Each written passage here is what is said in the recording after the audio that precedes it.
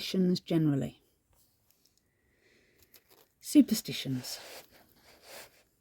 If you break two things, you will break a third. Many persons on the first appearance of the new moon will turn the money in their pockets for luck. If it rains on St. Swithin's Day, it will rain for 40 days.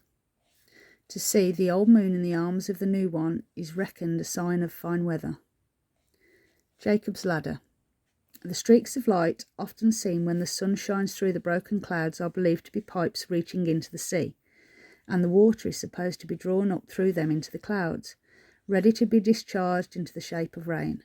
This phenomenon is sometimes called Jacob's Ladder, also the sun drawing water, and is considered a sure sign of rain. Infant's caul is worn as a safeguard against drowning. It is lucky to put on any article of dress, particularly stockings, inside out, but if you wish the omen to hold good, you must continue to wear the reverse portion of the attire in the condition till the regular time comes for pulling it off. That is either bedtime or cleaning yourself. If you set it right, you will change the look. It will be no use to put on anything with the wrong side out on purpose. The clothes of the dead will never wear long. If you would have good luck, you must wear something new on Easter Sunday. It is very unlucky to fold up your clothes carefully at night. The reason assigned is that by doing so you fold up the day's sins with them. There is a doggerel concerning cutting the sails, but the only part of this I have heard here is a variant of the last line. Cut them on a Sunday and you will have the devil with you all the week. I will remember being scolded by a servant for cutting my nails on a Sunday because it was buttering the devil's pie dish. Mother a stone or mothering stone. Conglomerate, pudding stone, breeding stone. The belief that stones grow in size by degrees is almost universal, and the small pebbles found in conglomerates are generally recognised as aura, which under favourable spies will ultimately be developed into boulders. I have found it all but impossible to eradicate this belief from one Leicester boy's mind. Cows. A mite towards a history of the force of imagination in brutes, as Mr. William Chamberlain, an intelligent farmer and grazier at Ayleston in Leicestershire, had 6 cows that cast calf occasioned, he thinks, by the miscarriage of one in the same pasture, by a kind of contagious sympathy, which common experience, he says, was established as a fact. Dandelions. The head of a dandelion covered with seeds is called a clock. The time of day is supposed to be ascertainable by gathering one of those and blowing at it with the number of puffs required to clear off all the seeds corresponding with the hour. If you drop a knife, a male visitor will come to the house. If you drop a spoon, a female visitor will come. Superstitions generally. A number of these general superstitions, which are to be found all over England, are common in Leicester. Help to salt, help to sorrow, spill the salt, a sign of bad luck. You must throw a pinch over your left shoulder. 2 teaspoons in a cup at the same time, a sign of a wedding. A tablespoon on the floor, a sign of a quarrel.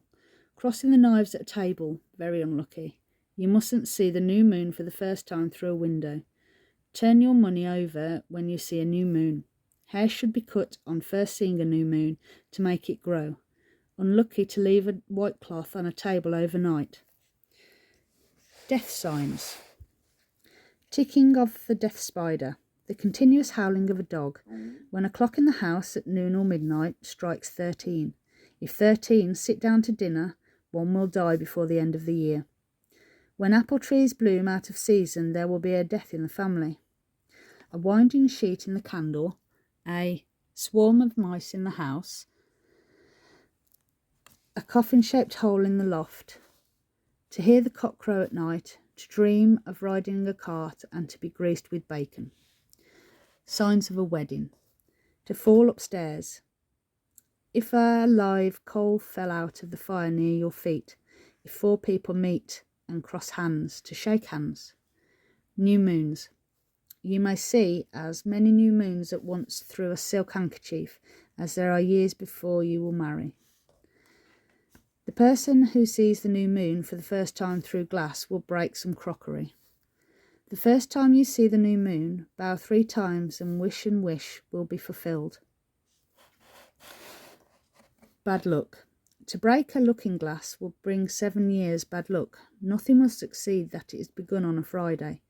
To open an umbrella in the house, to put an umbrella on the table, to put the bellows on the table, to be married in black, a lady, to let a baby look in the mirror before she is 12 months old, to walk under a ladder, to see the new moon through glass, to turn the bed over on Sundays will bring bad luck all week, to turn the salt over, to pass another person on the stairs, to return to a house after having just left it, to boast about saying things will cause the luck to turn relating to the particular object, to prevent that, knock under the table, to keep evergreen decorations longer than 6 weeks after Christmas. Good luck, to find a horseshoe. A spark in the candle indicates that the one to whom it points is about to receive a letter.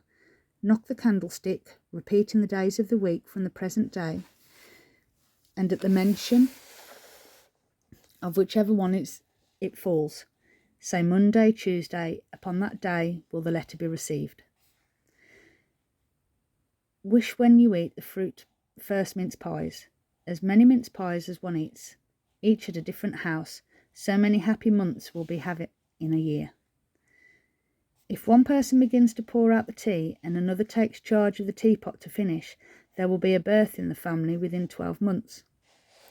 If a black object, like a thickened spider web, hangs on the bar, it indicates that a stranger will call at the house.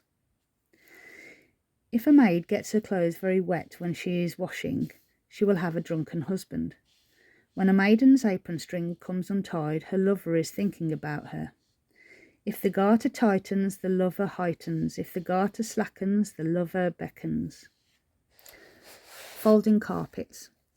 After shaking them, if the last fold is perfectly even with the others, the folder will be married within the year. If a piece of bread and butter falls from the hand to the floor, with the buttered surface downwards, the one who drops it will have no new dress that year. A piece of stalk, a sweetheart, floating on the top of the tea, take it out, place it on the top of the closed fingers of the left hand, then with the closed fingers of the right, the little finger end, beat the stalk, repeating at each stroke, first this year, second next year, third sometime, fourth never, at whichever word the stalk adhered to the right hand, and it will foretell the period of marriage. A stranger in the bar. Kneel on the hearth, clap the hands close to the little black flag, if the day be Monday. Repeat Monday, clap, Tuesday, and so on, through the days of the week. If the stranger drop from the bar at the mention of any, say Wednesday, then a visitor will appear at the house on that day. The draught caused by the maiden sudden meeting of the hands will sometimes dislodge the stranger from the bar. If one who is shelling peas discovers a pod containing 9 perfect peas and places it on the lintel of the outer door, the first man who crosses the threshold will become her husband. Or she can put the pod containing the pea in the place mentioned and repeat the name of another person who is in the home, Mary for instance. The first man who enters will become Mary's husband. In 2 instances known to my information, this came true, of course, and caused much comment and joking.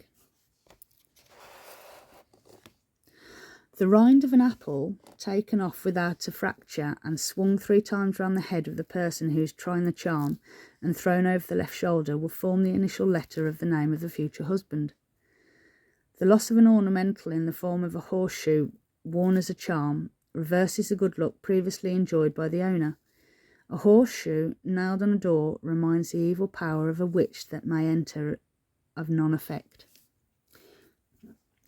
A tablespoon of lead melted and poured into a glass of water will form a representation of the future home, after marriage, of the one who tries the charm. Gifts, white spots, on the fingernails. A gift on the thumb is sure to come, a gift in the finger is sure to linger.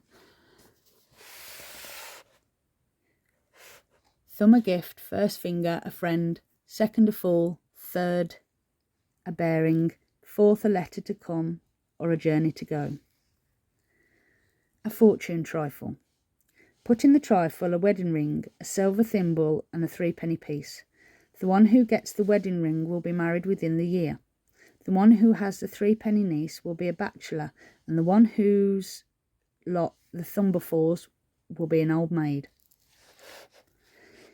If a young girl writes the name of 4 gentlemen, each of whom she has paid her marked attentions, on a laurel leaf, and places it in water in her bedroom at night, the name which is most legible in the morning is the name of the one she will marry. A spike of grass gathered in a meadow with small clusters on either side and one on the top. Anyone wishing to ascertain when he or she will marry will touch a tuft on alternative sides until the terminal tuft is reached. Saying this year, next year, sometime never, and repeat. Position of the future husband, rich man, poor man, beggar man, thief. Trade, tinker, tailor, soldier, sailor. To be married in, silk, satin, muslin, delaine. To drive to church in, coach, carriage, wheelbarrow, cart. This is a frequent pastime with county children when playing in the fields. Fruit stones collected on the plate after eating jam or stewed fruit to first stone this year, second next year, third sometime, fourth never, period of marriage. The Dingworth. It is believed that if the church clock strikes during a sermon, someone in the village will die within the week. An instance occurred recently and the death duly followed. Superstition against a king entering Leicester. In Ricehanger's Chronicle of the Barons' Wars, the superstition is thus mentioned. Now the king, having taken Northampton, marched towards Leicester, where he was entertained, which town no king before him had presumed to enter or even to behold, certain persons superstitiously preventing it. The existence of this curious belief, which, as we are here abundantly seen, was far from being found, and in fact it also recorded by another ancient writers, among whom may be mentioned Matthew of Westminster and Thomas Wykes. After a fruitless search of any particular which might elicit its origin or explain the terrible consequence expected to ensue from a disregard of the superstition, and after an unsuccessful inquiry on the subject in Notes and Queries, the only conclusion at which we can arrive is that it probably owes its origin to Geoffrey of Monmouth's narrative of the legendary woes of King Lear, the founder of Leicester, his work having been very popular in the Middle Ages, for we find that the similar belief existed with respect to the city of Oxford, and which owed its origin to a monkish legend. There is a third city with which a similar superstition was connected, that of Lincoln.